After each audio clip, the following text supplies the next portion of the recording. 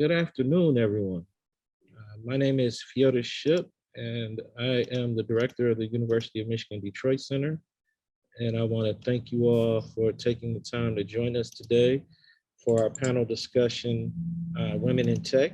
As we come to the end of Women's History Month, we're very excited to have this panel discussion and talking about how women are making advances in field of technology, STEM, and education, where historically women are historically underrepresented and are making strides to gain greater equality and make massive strides in different fields. We have a great panel here today that I'm excited to be working with. And I am pleased to be announcing Rachel Niemer, who is the director of the Women in Science and Engineering program at the University of Michigan, as our moderator for this panel discussion. And Rachel is going to be directing our panelists and asking them some questions, and then leaving time at the end for our guests to ask some questions of her and the panel. And I'm going to turn things over to Rachel. Rachel, welcome. Thank you so much, Theodes, for that kind introduction and for inviting WISE, the Women in Science and Engineering program, to partner with you in the Detroit Center. As Theodes noted, I'm Rachel Niemer. I use she, her pronouns, and for any visually impaired audience members, I'm a middle-aged white woman with medium long, wavy brown and gray hair. I'm wearing a gray dress and a bright pink blazer, purple octagonal framed glasses, and I'm in my office where you can see a blue wall and a white wall. I also want to thank all of our audience members for joining us today. I'm going to start today's panel by sharing a bit about each panelist's background, and then I'll ask each of them to share a little bit about their current work so we can hear about the range of kinds of tech jobs that are out there. After that, I'll ask our panelists a few questions and then open up the floor for you to ask questions. At that point, you can ask questions by using the raise hand feature or posting them in the chat. Now, on to learning more about the remarkable women joining us today. Marie Worsham Banks is a senior network engineer at Verizon. Her educational background includes a mechanical engineering degree from University of Vermont and a master's degree in telecommunications from Stevens Institute of Technology. Ms. Banks was the first Black American woman to graduate with a Bachelor's of Science degree in engineering from UVM. In her 25-year tenure at Verizon, she has held a range of engineering positions, and she currently designs networks on the 5G platform with an emphasis in multi-access edge computing. Ms. Banks lives in Michigan and is very active in her church and community, all while raising her two daughters, Kristen and Lauren. Natalie King is the founder and CEO of Dunamis Clean Energy Partners, which has grown into a multi-million-dollar corporation with over 150 employees throughout southeastern Michigan. Prior to founding Dunamis, she served as co-founder, VP, and general counsel of J. King Solar Technologies. Ms. King has over 13 years of experience in the green energy industry. Leading up to that work in the green energy industry, she managed a successful corporate, real estate, and entertainment law practice for 20 years. Ms. King's educational background includes earning her bachelor's degree from U of M Ann Arbor, go Blue, and her law degree from Wayne State University. She is also a graduate of the Tuck Executive Education Program at Dartmouth, Building the Minority Business to Scale. Ms. King has published a book called Let There Be Light, serves on many nonprofit boards, and is a licensed and ordained minister and a proud mother. Tawanna Dillahunt is an associate professor at the University of Michigan School of Information, where she leads the Social Innovations Group. Dr. Dillahunt holds an MS and a PhD in Human-Computer Interaction from Carnegie Mellon University, a Master's in Science in Computer Science from the Oregon Graduate Institute of Science, School of Science and Engineering, and a bachelor's degree in computer engineering from North Carolina State University. She was a software engineer at Intel Corporation for several years, and now works at the intersection of human-computer interaction, equity, and environmental, economic, and social sustainability. Dr. Dillahunt's team has developed digital employment tools that address the needs of job seekers with limited digital literacy and education, and proposed models for novice entrepreneurs to build their technical capacity. She is well known for her empowering research approaches and long-established relationships with nonprofit organizations. Tiffani Stokley began her career in accounting and finance, but transitioned to technology after that initial career had started to wane. Ms. Stokley's educational background includes a bachelor's degree in accounting from Eastern Michigan, a certificate in fundamentals of public health from University of Michigan, and a master's in public affairs also from Eastern Michigan University. When she transitioned into the tech sector, Ms. Stokley started as a business analyst and has since served as a software quality developer and is now a technical data steward at Quicken Loans. For those of you who see yourselves as equally data and people-oriented, she encourages you to enter the technology field through non-technical roles. Thank you to all four of you for sharing your wisdom and experiences with our audience today. Marie, I'd love for you to start us off by sharing a little bit about your current work. Thank you. Again, I'm Marie Banks, and I have a couple of high school alumni on the panel with me, Tiffani and Theodius, and just welcome to anyone who's joined. I currently work for Verizon, and I work on 5G. I have been every kind of engineer you could be, but I love what I do. Right now, I'm designing the networks really on the cutting edge of the cloud, where all of our consumers are like Google, Amazon Web Services. So I'm not on the network side that actually is even concerned about mobile phones. Actually, when Natalie was talking about the electric cars, we'll be partnering with many car companies to really connect 5G to the self-driving cars. So it's a lot of technology that's so exciting. My oldest daughter plays basketball. We're partnering with the NBA to really be able to get real-time statistics right there on court side. So it's just a lot of innovative things that we're doing at Verizon, and I'm just very fortunate to be a part of its inception, and it's exciting. Thank you so much, Marie. Natalie, I'd love to hear a little bit more about what you do as a CEO and your experience in the tech industry. Awesome. Thank you so much. Thank you for having me. It's wonderful to be at my alma mater, and seems just like yesterday that Theo and I were at the Bridge program together. So, and you know, it's been a quite an interesting journey. I started off my career as a lawyer and practiced for a number of years, and then just was kind of serendipitously led into the green energy space. And so I don't have a technical background like many of these brilliant, beautiful Black women on this panel, but I do have and have garnered a significant amount of expertise in this energy field, and have surrounded myself with brilliant certified energy managers and electrical engineers to really promulgate the vision of Dunamis. And so I started Dunamis back in 2012. So we are in operations for a decade this year, and essentially started as an energy management firm. So we provided services to commercial, industrial clients, particularly in the utility industry, and help people to reduce their energy consumption and reduce their energy costs, operating in the most efficient way while doing good and being, you know, an environmental steward. We matriculated into the energy efficiency product manufacturing side of the business in 2015 and began manufacturing LED lighting. And then from there in 2018, just continued like with a vertical integration model and started the concept of building out electric vehicle charging stations here in the city of Detroit. And it was a vision that I was very, very clear about in undertaking to be holistic. So incorporating sustainability, this new technology of electrification of the automotive industry, and also job creation, economic development, workforce development within Black and Brown communities to ensure that those that were building these electric vehicle charging stations were coming from communities that were the most disproportionately impacted by greenhouse gas emissions. So that's how Dunamis Charge was born.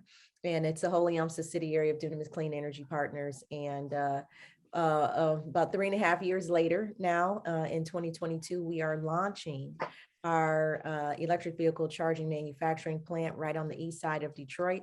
We're going to be hiring and training workers from that community to create sustainable livelihoods, you know, for these families in the communities. And we're really, really excited. We're going into production at the end of July. It's a phenomenal undertaking, and we're just really happy to be a part of this technology and bring it to communities that wouldn't otherwise be knowledgeable about, or, you know, having access to the benefits of that technology. Thank you. Tawanna, I'd love for you to share a little bit about the life of a professor and some of how folks might relate to your work. Yeah, thanks so much, Rachel. Thanks for inviting me again, and hello, everyone. I didn't really start off as an associate professor. I started off as a software engineer, and I think I learned toward the end of my undergraduate degree that I learned about this amazing field called human-computer interaction, and was really excited about it because it bridged the technical and the social.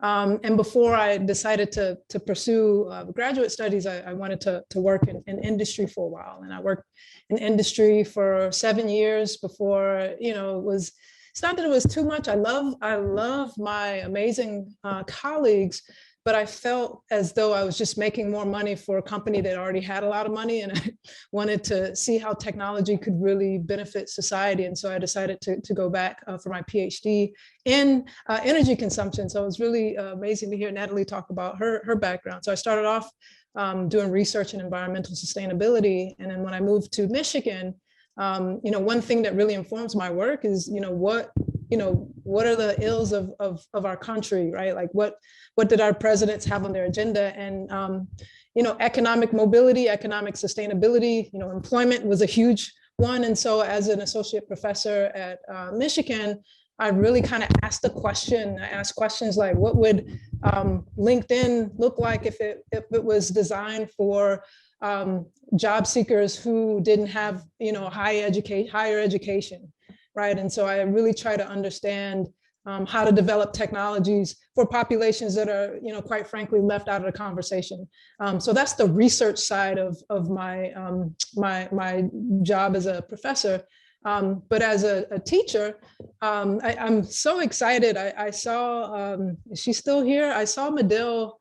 I don't think she's here anymore, but really amazing. What I do as a teacher side of the professor is, in the School of Information, it's an interdisciplinary field. So I work with students coming from social work, English. These are people who are transitioning to technical fields to become user experience designers. So, we're all looking at this Zoom interface. These are the kinds of things that the students who leave information do in the user experience field. So I'll stop at that, but really excited to work with people from so many different backgrounds and disciplines, because where technology is going today, we definitely need insight from more than just technologists. So if you're coming into the field with a different background, we welcome you. Thank you. And Tiffani, you mentioned in your bio that you really think about how the technical field can meet the interests of people who are both data oriented and people oriented. So can you share a little bit about your experience as a data steward?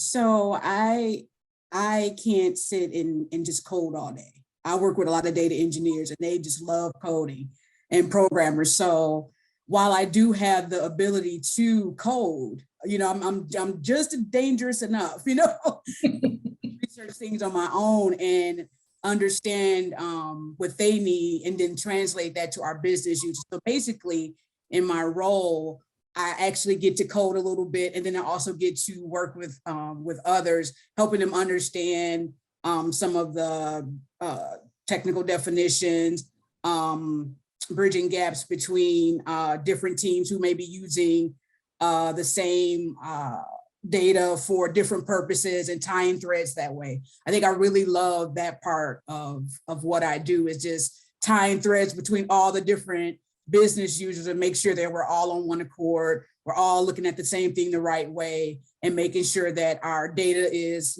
clean, trustworthy, so that, that then translates into our client experience, on our apps, with our mortgages and things like that. So like Rocket Central is kind of a shared services organization, and we service the other Rocket companies like Rocket Mortgage, Rocket Auto, Rocket Loan. So when we do our job right, then the data that goes out, is a benefit to our clients. Thank you so much for sharing. So you all have very different pathways to your careers. And so I'd love to hear just a little bit on reflections you have of how the experience of women, and in particular women of color, has shifted over your tenure in the technical fields. Sorry.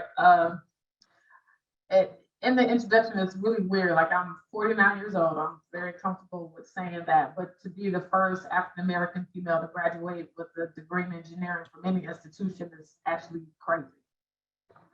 But that was the reality. And I started my career working in Boston, where I was the only African-American in the building in engineering. So to answer your question, how has the presence or the participation of women of color in engineering fields is still tough, and it's not even close to where it needs to be. Not even close.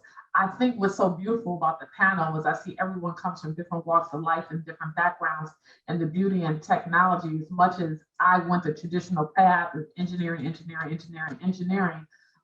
beauty in collaboration, the necessity of collaboration in the tech area is mandatory. And even as a company like Verizon, now we're no longer only looking at engineering degreed women and men to fulfill these tech positions. If you can code, you might get a gig, even if you're a psychology major.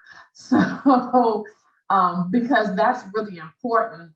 But the presence of us, I mean, I remember the first interview that I went on, my hiring manager said, this job isn't a good fit for you. And I said, why not? He said, because it's outside. You probably want to be behind a desk. I said, well, can you give me that job? He said, no. I said, well, what's the qualification for this job? And he said, an engineering degree. I said, I have that, and I'll take this job. So I would say we still have to have the fortitude. We still are underpaid. I get paid a very good salary, but I know my white male counterparts don't get as much.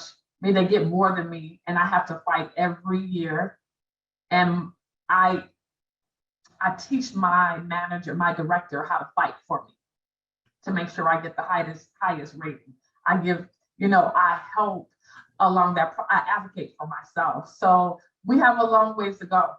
And the statistics that was on the flyer here were startling to me of how many women get technical degrees but don't work in the field. And that's, conversations like these need to be had, but there's no lie. You have to have a strong backbone. You have to be your own advocate, and you can't quit. That's it. I would follow up and second what Maria said. I was just having a conversation the other day about being the first. And so Dunamis is the first Black woman-owned electric vehicle charger manufacturer in this country, really on the globe. At this point. And it's something that I'm really, really very proud of. Actually, Marie, we're going to be using Verizon network for our electric vehicle charging stations. So we just had an engineering meeting about that last week, which is phenomenal. And we have the first Black woman electrical engineer in this space.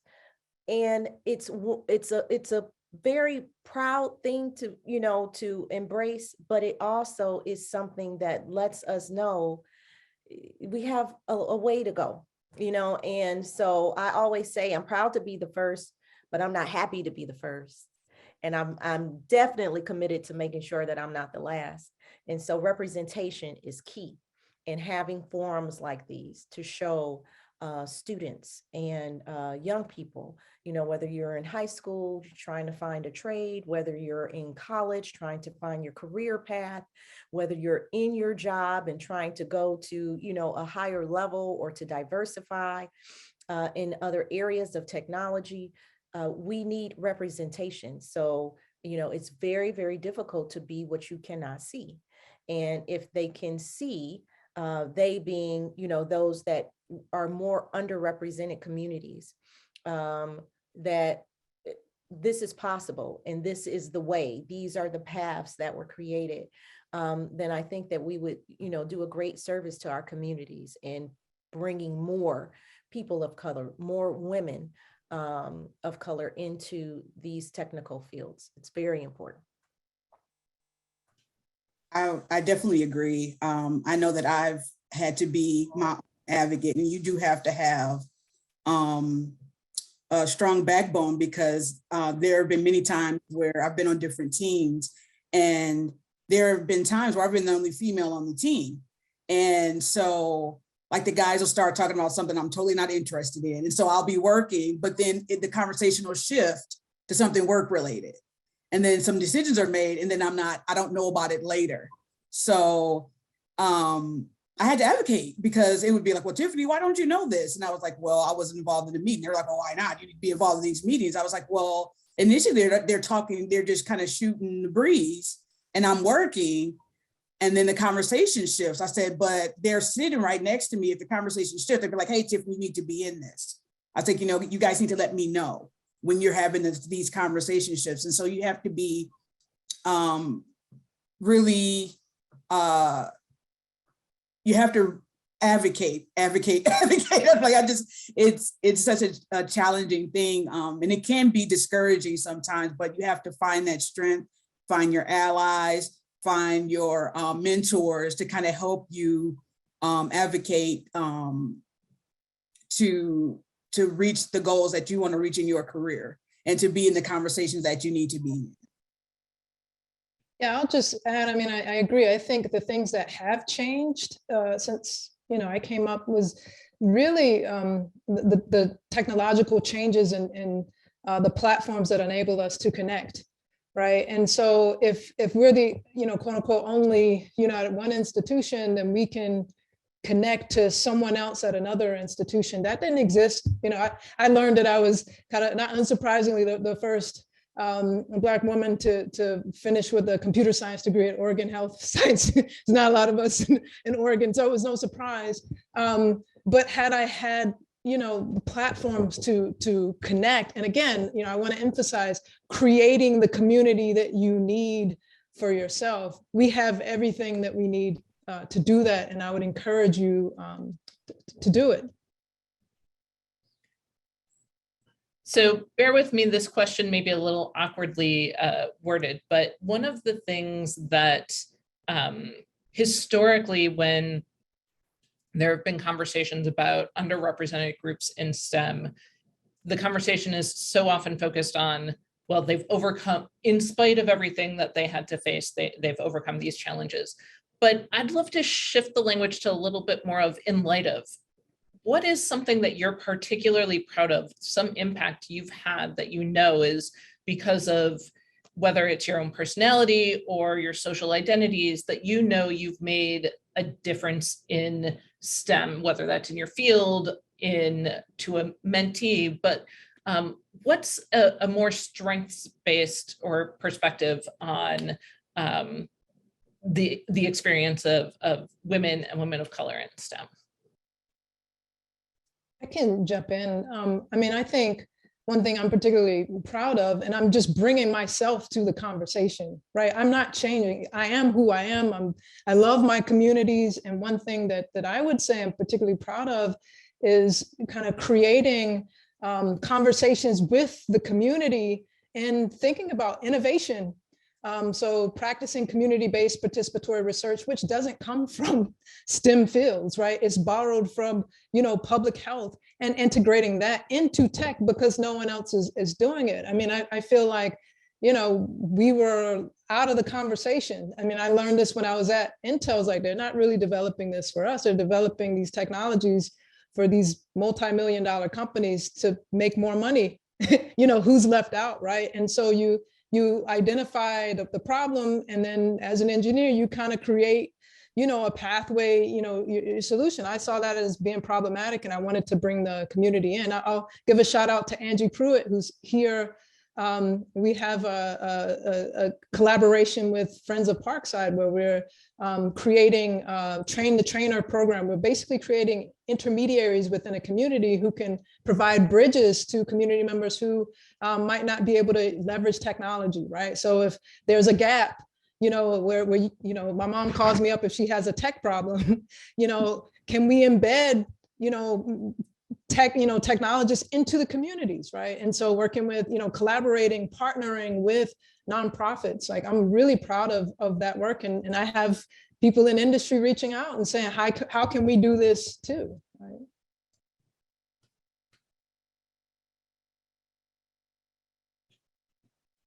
I would also follow up with that and say that, there's a phrase that we use within our company, that sustainability without equity is simply sustaining inequity. And so we're very, very proud of creating an equity and a parity model in every aspect of our operations, whether it be from sourcing, to make sure we have a really fair representation, a healthy representation of vendors of color, women-owned businesses, LGBTQ vendors. We want to make sure that we are using what we feel to be a very, very important technological field in the green energy space to benefit everyone as a whole. And so I think that it's extremely important for us. And I am very proud of the fact that in every aspect of our operations, we're ensuring that, from our how we build out our plant, who we bring in as suppliers, who we bring in as employees, the benefits to those employees, and how we feed into our employees as team members, as family, and into their families, to extending to education. We're creating, internships with high school seniors through nonprofit organizations. We're creating pre-apprenticeship programs, apprenticeship programs. So it's a holistic model that we utilize to uplift our communities. So be good while doing good. And so, I'm really, really proud of that integrative approach to what we're doing.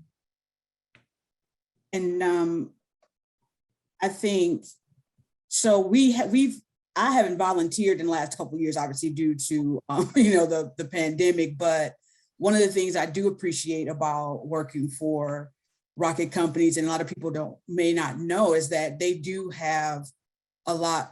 We have a community development arm, and it's called Rocket Communities, and we are able to participate and volunteer.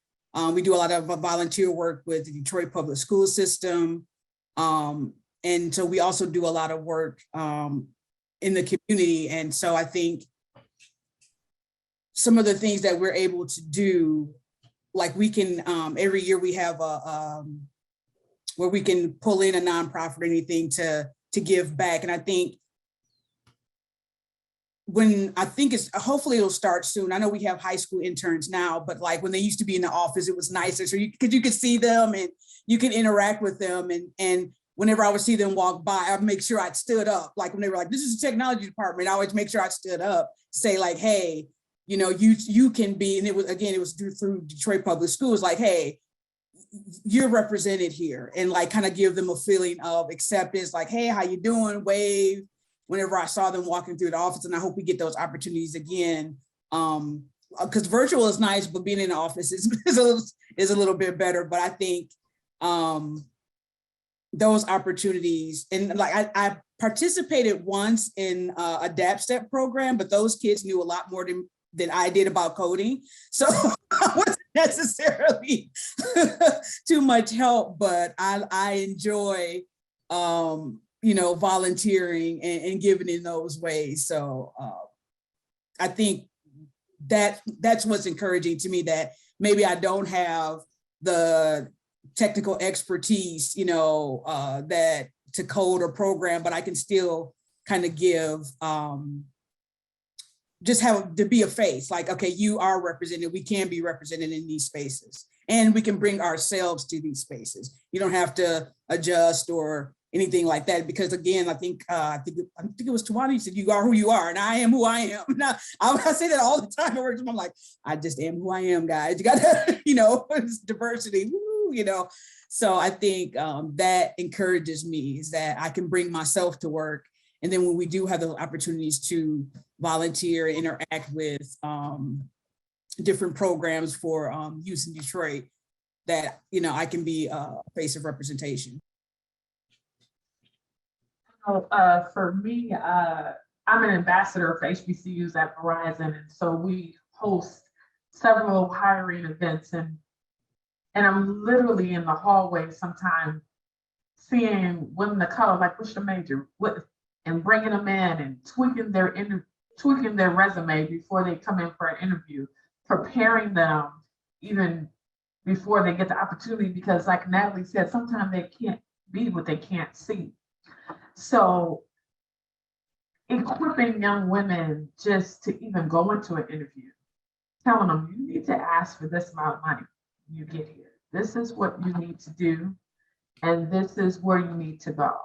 I'm very proud that 26 years ago, I went into an office in Boston and applied for a job as an engineer with braids in my hair deliberately, because I wanted to work for a company that was not going to say anything about how I wore my hair. They probably didn't know what they were getting into, but I have always stood in my truth.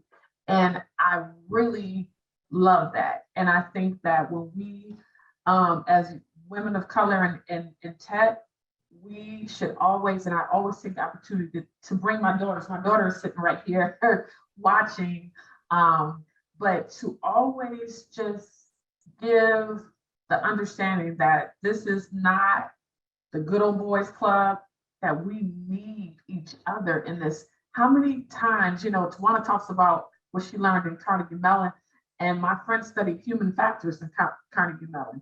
And the human factors in most engineering is so low, because it's not women sitting at the table, and half the things that are designed are so poorly thought through because we're not at the table making those decisions on how to open a drawer of an ergonomic desk because you sit with your legs open or whatever. So I really, when you say in spite of, but in light of, being always one of the few, I've really enjoyed just embracing young women, teaching them how to interview, teaching them how to advocate for yourself to get more money while you're in a position, encouraging women to start their own businesses. I'm so happy to hear about Natalie and her company. Like, that's just so awesome. And I hope the young women on this call really hear that, while it's great to be in corporate America, and I love that I've worked for Verizon for 26 years, but honey bunches of oats, you can take another path and you can start your own business in tech and be very successful. And I love it, love it, love it. Thank you. So a number of you have actually talked about setting examples for youth and the mentorship that you've done. I'd love to hear a little bit about what are some of the pieces of advice that you have for women in high school or early in college who are considering going into a technical field.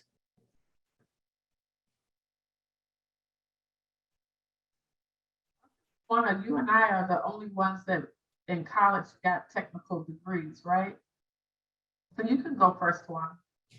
Sure. I think I mentioned earlier, like finding good mentors, creating your own support network, and we have all the tools and technology that we could ever need to do that. Now, feel free to add me on LinkedIn, send me an email.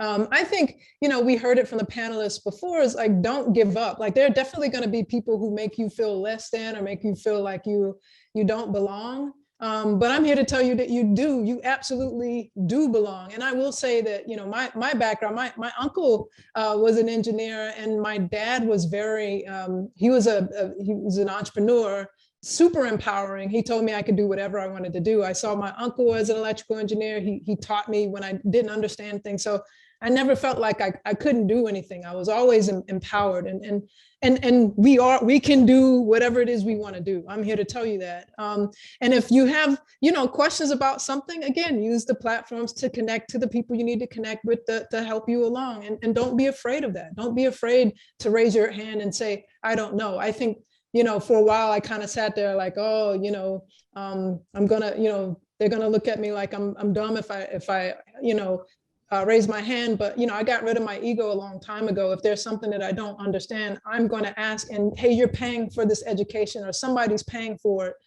So feel empowered to ask questions, get help. There are many resources out there for you if you have questions. So don't let anybody tell you that you can't do anything. So. Yeah, I think if there's anyone in high school on the call, I don't know, but the first thing is you've got to talk with your counselor and get the right classes to prepare you for those fields. I think oftentimes, especially in Michigan, I just relocated back to Michigan from Maryland, because I've been on the East Coast since I've been in college. STEM is really pushed more in Michigan than it is out in Maryland, but I don't see the proper preparation. So if you're going into engineering and you're in high school and you haven't taken calculus in high school, or you haven't taken physics in high school, plan on staying in college for a little bit longer than you would see anyone else. But if you're interested, and some people might say, well, how do I know if I'm interested? I knew I was interested in engineering because I was killing it in math and science, and I was a very exact person. I really liked the fact that there was no interpretation to 2 + 2 any place around the globe. It was really no interpretation. Natalie, you couldn't debate me on 2 + 2, okay? And I really enjoyed that aspect of it. But then going into college, there wasn't a lot of women in engineering. I look at Rachel, and even the mere title of your job title, it excites me, because those entities weren't there while I was in school. We had SWE. There was no NSBE in my college, because it would have been me as all 5 officers. So, but you have to just stay focused. I came home every summer. If you're on the call now and you're in college, you cannot be in a STEM field and not intern over the summer. You may think taking classes over the summer is important, but you're better off calling Natalie saying, I'll work for free for some internship experience. Because when you graduate with an engineering or computer science degree, but have McDonald's as your job skills, or you haven't developed your own business, you're going to have a tough time starting off. And that's maybe why some women who get these technical degrees that don't go into technical fields, because they figure out, I'm not making enough. I can't get a job because they don't have the experience. So you got to do the research, or you at least have to have the internships every summer. You can't take a summer off, and you really can't take a summer to just take classes. You really need the hands-on experience. So that would be the biggest advice. Take advantage of all the teacher assistants, all the professors, but really find what you like doing too. Don't waste your time in college just doing something because you think you'll make a lot of money, because you'll burn out. You have to love. I can literally say, and it's strange, but I love what I do. Everything that's happened in my life that has changed, I still love what I do. Every time I've been in Verizon, I've been on the cutting edge project, all 26 years. So I think if you're about to graduate, research the company, see what you love, and see how you can fit into it. Or do like Natalie, create your own company. So now I want to sort of switch gears or jump on the other track. Not all of you studied a STEM field in college or graduate and professional school. How did you transition into the tech industry, and what advice do you have for people who might not have a traditional STEM background? Well, I would say I'm probably the most disconnected as a practicing attorney for many, many years from the technology, industry and education with respect to technology. I started off as an English major at the University of Michigan and knew from that I was going to go straight into law school. The interesting part about that, Marie and Tawanna, I actually was going to be an engineer. Again, I'm going to talk about you can't be what you can't see. That's what I saw. My sister was an engineer, and she was the first grandchild of our family to go to college, and she was brilliant mechanical engineer, and that's what I thought I was going to do until I took calculus, and I said, "Oh no, I'm because I would debate you on 2 + 2." And so I although it's interesting how it came back full circle, because as I got into law school, I became extremely interested in environmental law and environmental justice issues within Black and Brown communities. And although my practice was, more so focused on corporate law, because that's just, where life took me, I still had that passion and interest for it, which brought me back to the technology field. So my recommendation to anyone that may be transitioning over into a technology field from a non-technology field would be what Marie just said. You have to have a passion for what you do. And then when you identify that that's your passion, you must do the work behind it. You have to become an expert in whatever it is that you do. And so do not be intimidated by what you think you do not know. Don't be intimidated if you feel like, you're not smart enough, or, I was never, the best at math or science. I got by, but I essentially immersed myself in my technology. I immersed myself so that I definitely know enough to be dangerous now, even more than dangerous about my field and my craft. And so it is absolutely possible to do. It is absolutely obtainable, and you just have to be focused and passionate and dedicated and do the work. And you can most certainly make that transition over, that pivot from one industry into another. Yes, I guess I was in like accounting, finance. The position before I became a business analyst that I had was a treasury analyst. And so, but I did realize you have to take inventory of your skills. I realized that at first I thought I was like, I just kind of stumbled into it, and all of a sudden I was a business analyst, and now I'm a technical data steward. But you look at the skills that you have, and I realized that all through my accounting and finance career, I was always involved with systems just because of my natural curiosity. I was either like an administrator for like an online banking system, or I always was the one who would say, "Oh, I'll call IT and troubleshoot this problem with them," So I always had that propensity. And so becoming a business analyst is where you kind of you can juggle both, like learn some of the coding skills and some of the technical aspects of being in technology, but also understanding the business side. And so with that, I would say I do have to be very proactive in learning new technologies because I don't have the background. So for example, we just switched to AWS, cloud. And so I was used to, using something else. And so like I had to jump online and just do a tutorial. I worked with our engineers. I put my ego aside. I was like, okay, hey guys, I don't know this, can you help me out? So I think not being afraid to do a skill assessment, like, okay, what are my skills? What am I good at?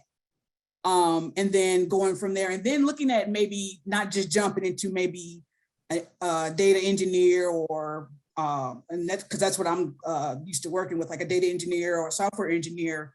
There are other roles in technology companies or in technology fields where you can get that field. So I'm a technical data steward, but there's also data modelers, there's data architects, there are product owners, there are project managers. So you can, I've seen others take those roles, get in those roles on the side, learn, get their technical skills up and maybe take some courses and then make that transition. So that's like, if you're already in the field and you feel like, okay, how can I make that transition? Maybe look at some of those fields, move over and then go up from there and work for, make sure you work for a company that'll, pay for,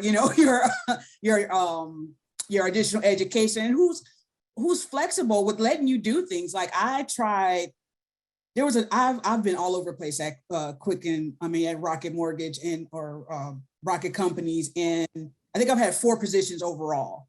And so working for a company that'll allow you to go, hey, for 3 months, you can try this out, but you're going to come back. Either you're going to come back, get a make a decision if you're going to move over there or come back. So, really researching companies that you're working for, that you would want to work for, and looking at other positions that maybe can help you transition into that role, and be very proactive in learning and gaining the skills that you need. Thank you. So I'm going to go to some of our audience questions, and pardon me, I can look at my camera at the same time. Tawanna has already answered some of this question in the chat, but I want to open up to everybody. A mother writes that she has an 8th grade African-American daughter who's very into coding, and she's having a hard time finding a mentor for her, one that can stick with her for a longer period of time, the rest of high school and on into college. What suggestions can you offer? She's got academics covered, but she needs help with summer experiences and mentorship before that senior year in high school. So, and I'm sure, I don't know what area, I don't know where geographically she's located, but I was in someone mentioned DAPSET. I don't know who mentioned DAPSET, but was it you, Tiffany? Okay, yeah, right. I was in DAPSET's Detroit area pre-college engineering program.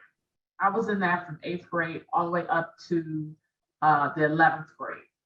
But I would implore any parent or student, mentors are going to come and they're going to go. You may have a mentor from 8th grade to high school, but you may have a mentor from 8th grade to 10th grade. Just they keep finding them, keep connecting. Mentors saved our lives. I mean, that was one of the reasons why we got, my sister and I got really into tech. My sister started off with a program at Wayne State, working with professors, doing research, and that's when I realized she was smart, probably smarter than me. I was like, oh, okay, I got to step it up. But mentorship, those programs, every school has them. You've got to just start banging on the heads of the counselors at the high school that you're choosing for her to go to. Those programs are essential. I actually, my junior year in high school, I spent 6 weeks on the college campus of the University of Vermont doing research. My sophomore year, I spent 6 weeks on the College of Michigan State doing engineering classes. My freshman year, I spent 6 weeks on the College of Wayne State taking engineering courses. So there's programs, but oftentimes they're through your school. So wherever she's going to high school, connect with her counselor, look on the website for DAPSET. Again, that saved my life. But then also go on the web. Google has classes. There's so many free courses right now. If I know so many kids that learn how to program Python on their own. They did not have it as a class. And so if your daughter is that good, take some free courses online on how to program in Python. And that'll get a lot of people's attention. Thank you. Anybody else have resources that they want to share?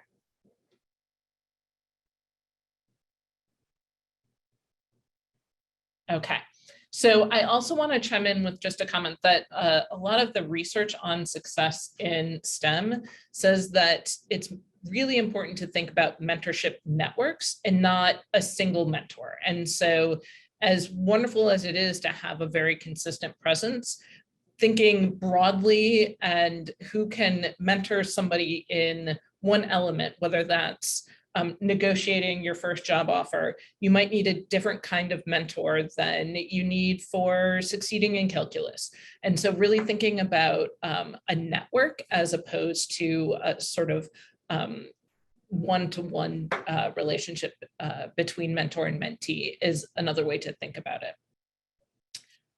And somewhat similarly, we have a question from a staff researcher early in her first research job after college. What advice would you give to young women scientists and engineers for developing a support network in the workplace? I can, again, since I was an engineer, there are so many resources like LinkedIn, for example, finding people who are working where you want to work and connecting with them on a platform like that, informational interviews. But when I worked for Intel, Herman DeHow was a director of Intel Play.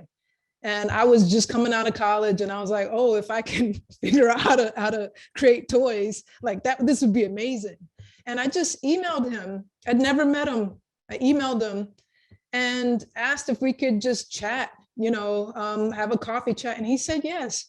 And Herman became a mentor for me. In fact, he's the one who told me, he suggested I get my PhD in order to, based on the questions that I was asking him. But at no point did I ever hesitate to reach out to someone. I mean, the worst thing that someone could say is no. The next thing that someone could say is, well, I don't know if I'm the right person, but here's someone who could answer your question.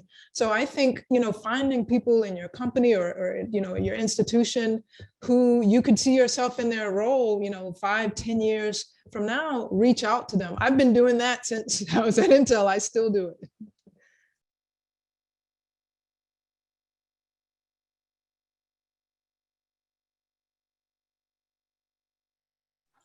For me, volunteering also works. I think being a servant leader is critical in building networks. So oftentimes when we look at mentorships, it's always to get something. And that's how come they don't become sustainable relationships, because they tend to be the person that they hate to see you're calling because you're always asking for something. And I've always learned that give and take has been the most successful relationship that's able to sustain. So volunteering, oftentimes it might not be in the field, but it might be a common interest that you have with someone that's in a field that you want to get in, and you just volunteer and work with that person. Tiffani spoke of earlier how sometimes she may get left out of conversations because they'll just be talking scuttlebutt, and then the conversation will shift into business real quick, and then you're left out, of real stakeholder conversations. And that happens in volunteering sometimes. You may just be caddying for someone, or you may be, as a student, cleaning up in a soup kitchen with someone, but that conversation can go from sustaining communities or building or helping to career advice or real transferable information that's needed. So oftentimes when I'm asked how to create a network within the work environment, look at where you can volunteer. Look at the bios of the people that you wish to mentor you, and look at what their interests are in volunteering, and volunteer in those spaces, and not necessarily always look to get information, but to be of service. And then in that space, you may learn something.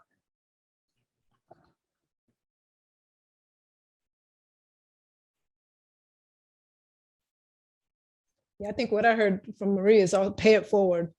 I found myself volunteering, 20 hours a week when I was at Intel. And then I realized that, that maybe there's an opportunity to combine, this. So definitely, pay it forward.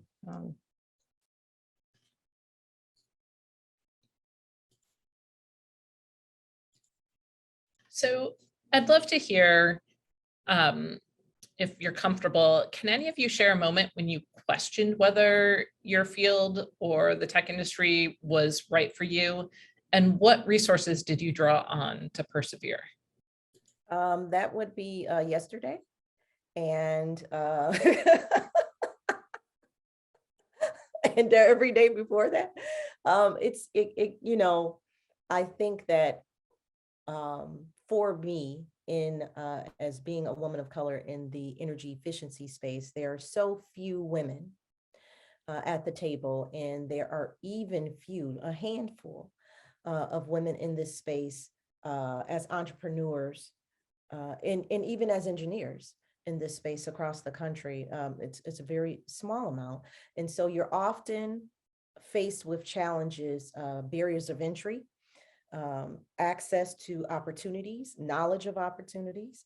And then when you are able to obtain the opportunities, maybe a lack of parity within that opportunity, meaning that you got to work 3 times harder. And then your, typical or traditional white male counterparts that are in the industry, it's much more difficult if you do make a mistake, which is common amongst humans. We'll all make mistakes, to bounce back from that and to maintain credibility within the industry for yourself as well as for others that are coming behind you. So it's much more of a responsibility to ensure that you're always on it, so that you don't mar or compromise the opportunities of other Black and brown people that are coming into the industry, where they may question their competency or their ability. It is, so these are the difficulties that, throughout my over a decade in this green energy space that, we've just had to deal with. However, the resources, the tools that we've used in order to overcome that has been, one, perseverance. You must keep going. And you must, rely upon your passion and your commitment to what you're doing to push you through some of those more difficult times, those more challenging times. And you must have a strong knowing, not even necessarily a belief, but a knowing in what you're doing and why you're doing it. And in that, you're able to kind of overcome those obstacles when you sometimes are doubting, should I be doing this? Is this, is it too hard? Is it too daunting? Once you have the knowing, like irrespective of what has happened. And as you said, in light of versus in spite of, in light of this, I'm going to grow stronger. I'm going to be better. I'm going to push harder. I found that in our industry, continuous improvement on our part has been absolutely essential, meaning, where some of our counterparts would have said, oh, well, I understand that, Bob or Fred, it's okay. We'll work with you to get you up to par. For us, it's okay. Drill down into it. Make sure that you become exceptional in what you are doing, so that your delivery of service, your delivery of product, your value add that you bring to your job, to your career, or to your company, if you're an entrepreneur, is always exceptional. And so you just, to me, it's about buckling down and buckling in and making sure that you're learning as you go, and so that the struggles make you stronger, not weaker. I think for me, I think I struggled a lot when I first started off, especially when I came to Quicken, because of the pace of change. Like, technology changes so much, and once you think, okay, I got, they're using this, I've kind of got an understanding of it. It's like, oh, we're switching to this newer technology, and so technology is always innovating, and you have to get used to that pace of change. So once I got used to that, I'm like, what are we doing now? You know, it's like second nature now. And then also sometimes I could feel, because I'm not as deep into the technical side of things, that I may feel like a little imposter syndrome because I didn't have the degree, or I didn't have, this training or that training. But again, as long as I'm, I touch base with my team leader to make sure that, hey, am I meeting expectations? And then I also, again, whenever I know that our engineers are using a new technology, I make sure I brush up on it enough so that I can explain and understand and to be able to support them in the way that I need to. So I think those are some times where just the insecurity kind of creeps in for me, because I don't have the background, I don't have the degree.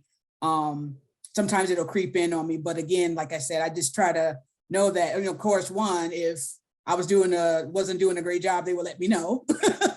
And two, just kind of making sure that in my mind that I stay positive, and know that that's just a feeling. Like, I know what my skills are. I know how, I just need to do my best and bring my best to work. So I think those are some things. I think for me, it happened, the first time it happened to me was actually in college. And I didn't do extremely well my freshman year. I graduated from the wonderful Cass Tech High School in Detroit, Michigan. And I was so used to getting like A's and B's and mostly A's all the time. And I went to school, and probably about after week 6, when my peers were saying, oh, we got this in high school, I was like, oh, okay, yeah, me too. And it was not the case. And my counselor first suggested, don't you want to change your major to business? That was her first suggestion. And this is how your high school is really important, ladies, sometimes, because sometimes you got to find whatever's in your gut. So I did get an internship that summer, and I met a girl from Pontiac. Her name was Rashonda, and she was a mechanical engineering student. And I said, what high school did you go to? She said, I went to Pontiac Central. No disrespect to any Pontiac Central graduates. I said, well, dog it, I graduated from Cass Tech. If she can do it, I can do it. And I went back, I told my advisor, no, we're not changing to business. We're sticking with engineering. So oftentimes when you doubt yourself, wherever your identity comes from, you got to go back to it. And I remember like researching, I don't know why I did, but I researched Queen Hatshepsut, who was like the first warrior queen in Africa who was defending her country. And then I researched Timbuktu, the first university. And I'm like, okay, I belong here because my ancestors were first in science and astrology and medicine. And so, because I was surrounded by none of my peers looked like me, none of my professors looked like me. And so I had to find that source. So my high school prepared me, not necessarily to just be the best engineer, but gave me the confidence to say, you know what, if I don't have it right now, I can get it. And so if you're in college and sometimes you're going to meet a crappy professor that's like, maybe you should not do engineering, maybe you should do engineering management, or maybe you should kind of do the soft side. No, find it inside yourself, reevaluate it, but it has to be in you, because it was in me, but you got to search for it deeply. And I got through that. And we all go through imposter syndrome sometimes. Even as you go higher up in corporate America, what was small when the population was small at an entry level even gets smaller when you start to get into management. And so you have to find your source of your our own identity and where you are, and know that it can't come from external praise. It can't come from how much you get paid, but it's those in light of moments that remind you why you were there. And I go back to serving. I go back to just being a servant leader. When you start to give back, it gives your presence more purpose. So then you really see why you're there. Yeah, I totally agree, Marie. Thank you for sharing that. I mean, I think I mentioned earlier that, you know, I was empowered by my dad and you know, my uncle who was an engineer, and my whole family, they told me that, you know, I could do anything. So I didn't really feel it when I was younger in undergrad. I mean, I'll kind of answer Angie's question. I do remember a tutor, you know, questioning me like, I don't know if this is for you. I don't know if this computer science is for you. And fortunately, you know, my sister graduated from an HBCU, and she told me, she was like, you know, half the people that are there because their grandparents were there, and, you know, they got a free pass in. And so I kind of, you know, I was like, wait, well, how did you get here? You know, like, I mean, that's kind of petty, but, you know, that was kind of my response. I just kind of brushed it aside. But I think, you know, the moment when I've been questioning, kind of like what Natalie's saying, recently I've been questioning, you know, am I on the right path? Because I've seen so much that the harm that technology has done. And, you know, really question, you know, should I be a politician? You know, should we be pushing tech policy, right? Like, am I in the right place? And, you know, what I do there is I have to seek the universe for guidance, you know, and just trust that you'll go on that right path. But again, like your identity, like really stay true to yourself, and you'll get there. But yeah, very recently I've kind of questioned, I've asked that question, but not when I was younger. So let me share out Angie's question for everybody else to reflect on their own experience. How did you handle a past situation where someone questioned your abilities without merit, and it was unwarranted, when your credentials and performance were stellar, but you knew it was directed toward you only because you were a woman? Oh, I love it. I love it. I love it. I stand to, I'm not a lawyer, Natalie, but honey, just, if you're gonna come for me, you better come correct. So there are often times where they're coming, like they will try to question your existence just to see how you react. So you have to stand 10 toes down, square back, eye contact, and advocate for yourself. You don't have to lose composure, state the facts, keep a trail, and shut it down the first time. And they will know that's not the one. And it's hard not to show weakness in that moment. But once you do, they'll always keep coming. So I have, and I don't know if I learned that just growing up on the west side of Detroit, but it has sustained me, and I nip it. And I admit when I'm wrong.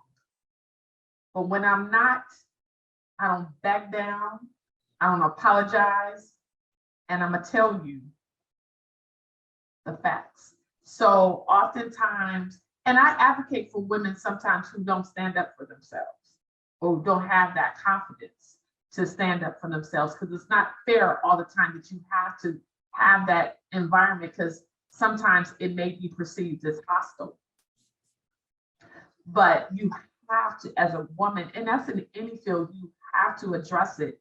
When someone is attacking you, you have to address it. And if you don't feel comfortable, you have to go someplace that, I don't know, you have to, it's very difficult if you have to go to HR or something like that, but you have to stand up. You can't, because it will be a hostile environment and you'll never be able to succeed in it. I completely agree, Marie. You must have grew up around the block from me on the northwest side of Detroit. And so you asked, Marie said, in standing, flat foot, stand in your power. What I want our young women, particularly our young women in college, that are about to enter into this career field, to know that women innately have a great deal of power in them. It's a power that you carry. And as you are cultivating your own self, in your own field, in your own matriculation of maturity and growth, learn more about that power that's innate in you and stand in it and stand firm in it. And Maria is extremely accurate that once you assert that, and hopefully assert it the first time, that will enable you to, really kind of cut that or nip it in the bud. The other thing that I would suggest is, I don't know if y'all have ever heard the saying, you don't have to get ready when you stay ready. And so stay ready. And that means being prepared. All people don't have your best interest at heart. And so, and particularly for women of color and for women, as a whole, in this industry, you may go into environments that are male dominated and they feel that they just have a base perception that you've gotten there based upon something other than your skills, other than your intellect and your smarts, or that you are a weaker version of them. And so I would say in that, be cognizant of that. And even if you feel that it is not fair, be authentic in where you are, know your surroundings, your environment, and excel above that. So which means if, for me, I document everything. I write it out. I write it down so that you're not going to catch me slipping.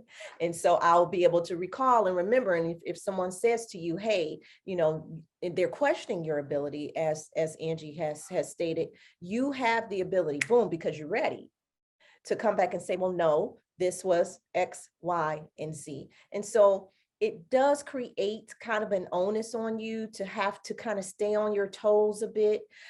But at some point, as you establish yourself and you stand in your power, that will level out. But coming in the door and establishing yourself, to get to that point, you have to stay ready.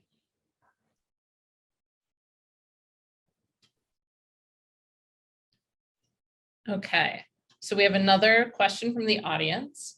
My daughter will be starting at U of M in the fall in engineering and is coming from an all-girls high school. What advice would you have for her to make the transition to a co-ed environment easier?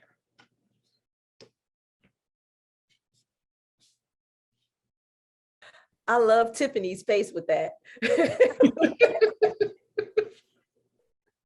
I acknowledge I can't answer that question because I've never, I'm not coming, I didn't come from an all-girls high school.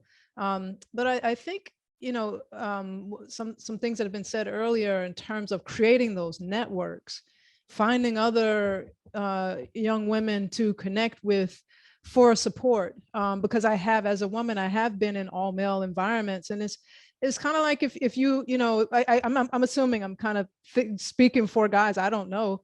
But they're kind of used to having their own conversations and saying very inappropriate things, but might be okay for their group. And then someone new steps in and in my experience has, I try to give people the benefit of the doubt. It's not that they're being like, they're not, it's not out of animosity. It's just out of just naivete. They've not interacted in that space, and they're not used to sharing the space, or they don't know what's appropriate. And so, there was some times when I had to excuse them, but I had my women group to, can you believe, what happened to, and we had these discussions and we shared, and just having that support group was helpful. I think other things that work is if there are other women, in the space, supporting one another. Maybe it's one or two women in the space of all men, just finding ways to support each other in the conversation. Oh, I think I heard, her ask this question, it remains unaddressed, and it doesn't have to always be the only other woman. It could be men too, who are allies in the space. And so educating them, like sharing what the experience is, is going to be like. And again, creating the space, creating the rules, letting people know this is how we all will thrive in this environment, is if we can respect each other and acknowledge each other in this way. So a lot of it is creating, space, because this is, untapped territory. A lot of the guys have not, they're not used to this. Of course, I went to a co-ed high school, so I didn't have the single sex experience going to a co-ed college. But one thing I will say for sure, going into engineering, my advice to any student is that it's tough. And as much as your first year in college may be fun, and you might be seeing a lot of your roommates and friends hanging out and going to parties and doing all the traditional college stuff, you may have to work a little bit more harder than that because of the field that you chose. So co-ed or not, you're gonna find your time is going to be better served with people in engineering that have the same type of goals and field of study that you have, so that you can collaborate. And I think that will be the main focus, more so than single sex versus co-ed, really finding your peer group that has the same amount of work as you.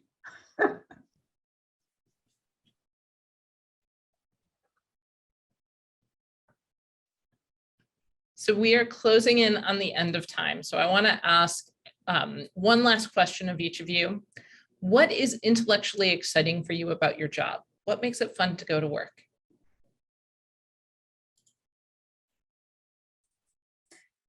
One of the things that I really enjoy about going to work, because I tell people I have squirrel brain, but there's always something new and exciting being developed and exciting going on. So I love the open and collaborative environment that we have. And I love, even though I'm not the one creating the technology, I love being a part of the process of being able to support those who are creating the technology and seeing how seeing it from the beginning, and then seeing how it goes through, to production, and it goes out to our clients, and then seeing how it's being used, to help others. So I think that's the thing that gets me excited, is when I know that what I did and what I'm doing is not only helping our company to move forward, but the clients that we serve to move forward. So when I see that, I feel like I'm contributing something and I'm adding something, and that really gets me excited about going to work. I would say the thing that gets me the most excited is seeing an idea, come to life, and to see it take on its, the legs and the arms and the head and the hands, and to see it being built out. In 2018, when we first started the idea of the electric vehicle charging manufacturing, I had no idea as to how we were going to do it. But through the, knowledge and skill sets of brilliant engineers like, my fellow sisters, and, in this technology space, it literally came from a thought to a physical model that I could touch and feel and see and interact with. And that is what gets me up every day to keep going. It's a really undertaking of love, and I'm very excited to see it.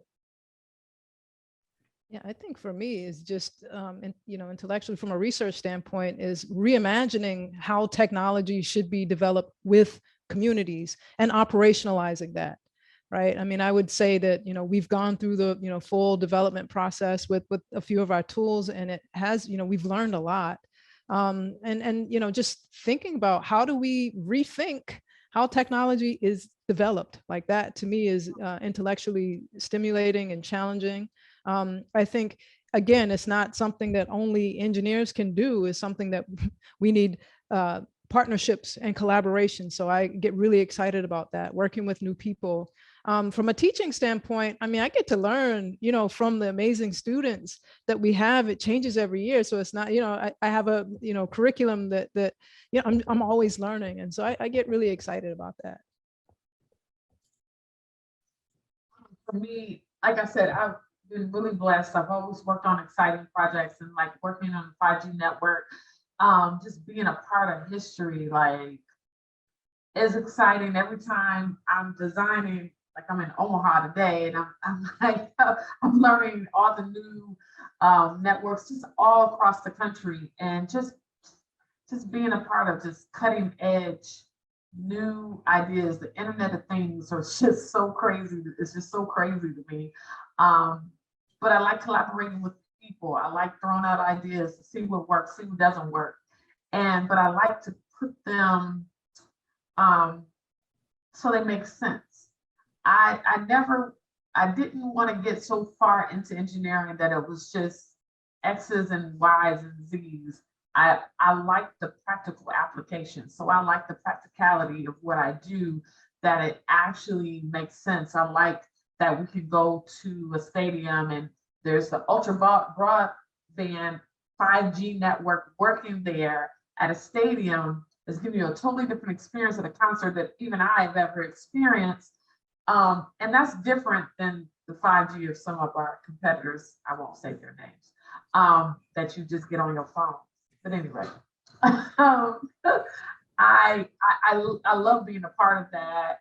It's exciting. And every day it's a new challenge. And we are trying our best to just be the first and being cutting edge all the time. And that's exciting to me. It really is. It never gets dull. 26 years, it's strange. It's the only thing that stayed the same in my life. Verizon. Thank you for those uplifting stories that really speak to why somebody might want to go into tech. Thank you all for sharing your stories and insights and wisdom. I learned a lot, and I loved getting to know a little bit more about all of you. Fiodes, let me hand things over to you. Thank you, Rachel. You did a wonderful job moderating. I really appreciate and thank you for your partnership in developing this panel. And I want to thank all of our panelists for donating your valuable time to this cause. You're all wonderful women and trailblazers and doing exciting work. And we really appreciate you and the work that you're doing. And I want to thank our audience for taking the time to join us today. We are recording this session, and it will be, we'll do some editing and post it to our YouTube channel so you can let folks know. But I want to thank everyone for participating in our Detroit Center activity. We still got 2 days left in Women's History Month, so let's keep celebrating all the wonderful contributions women have made to society and the world. And everyone have a great evening. Thank you very much for your time.